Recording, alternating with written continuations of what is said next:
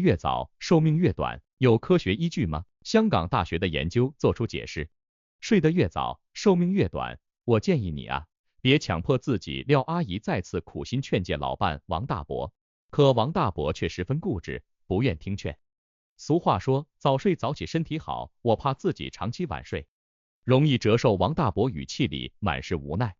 66岁的王大伯是一名退休教师，以前忙于工作，起早贪黑，养成了晚睡早起的习惯。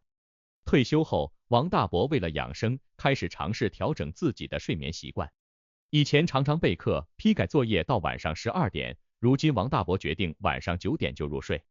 可他躺在床上辗转反侧，就是毫无睡意，几番折腾下来，睡眠质量越来越差。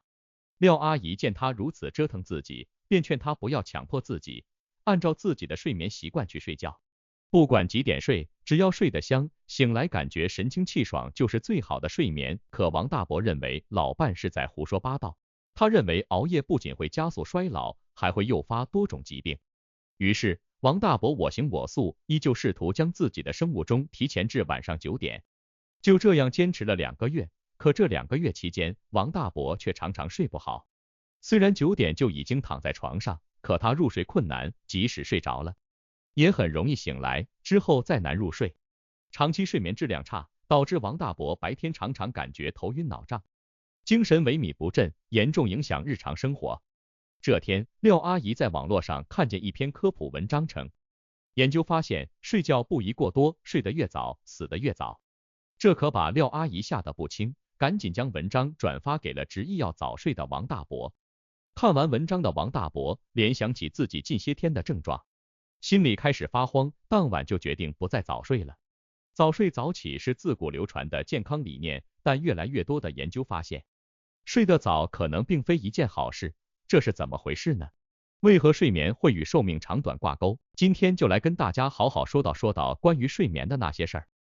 睡得越早，死得越早，是真的吗？最近网络上有不少传言说，睡觉时间影响寿命长短，爱早睡的人死得越快。这让很多人感到疑惑，在大家的常规认知里，早睡早起有益健康，可别人却说早睡可能影响寿命。如此反常识的传言究竟是科学还是谣言呢？该传言来自《睡眠医学杂志》上的一份前瞻性研究。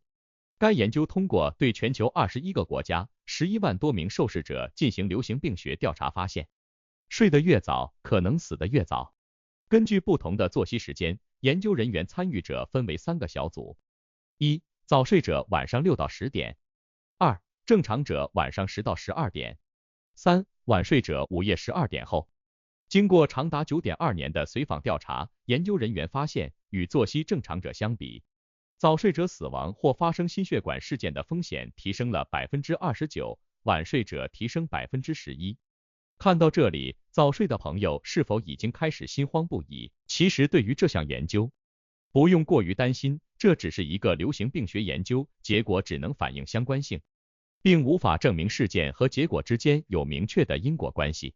仅凭这项研究就得出睡得越早，寿命越短的结论，是片面的、不科学的。研究人员发现，经济不发达的情况下，人们更倾向于早睡。没有手机、医疗水平差等，或许才是早睡者寿命短的真正的原因。那睡太早究竟是好还是坏？英国牛津大学等研究团队给出了答案。2021年，牛津大学等研究团队在期刊 European Heart Journal Digital Health 上发表的一项研究发现，睡眠开始时间和心血管患病风险之间呈现 U 型关系。22点到22点59分入睡的人群，心血管疾病风险是最小的，睡早了或者睡得太晚，都可能存在健康风险。该研究证明了入睡时间和心血管疾病风险之间的关系。因此，在睡觉这件事上不可以任性胡来，睡得过早或过晚都是不可取的。睡太久和睡不够，哪个危害比较大？睡眠最重要的是要保证足够的睡眠时间。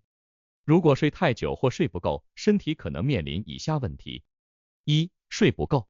长期熬夜、睡眠不足不仅会导致白天犯困、易疲乏，还会造成人体生物钟紊乱，容易引发神经衰弱，导致睡眠质量变差，加重失眠问题，形成恶性循环。睡不够还会导致人体免疫力下降，增加代谢性疾病。抑郁症、焦虑症、癌症等多种疾病的发病风险。有糖尿病家族史的人，如果经常熬夜，会大大增加糖尿病的患病风险。此外，长期睡眠不足还是高血压的致病因素之一。血压长期过高，容易诱发心脑血管疾病，严重时可能诱发脑梗、心梗，容易导致猝死。2. 睡太久。睡觉不是多多益善，睡眠时间过长也可能造成睡眠障碍。你是否出现过越睡越累或睡醒头疼的情况？其实这就是睡眠过多导致的身体不适。睡觉时间太久，睡眠中枢长期兴奋，其他神经中枢被抑制的太久，恢复活动的时候反应功能就会相对下降，变得迟钝，因此身体会感到疲惫无力，出现头晕、没有精神。睡眠时间太久，大脑中的血清素等神经递质平衡被打乱，人就可能会出现头疼的症状。睡眠过多也可能导致大脑中动脉血管发炎，诱发偏头痛。睡太久对身体的影响远不止于此。近年来，国内外多项研究都发现了过度睡眠的危害。美国弗雷明汉心脏研究人员发现，每天睡眠时间9小时的老年人，脑容量相对较小，记忆力减退，患老年痴呆症的风险较高。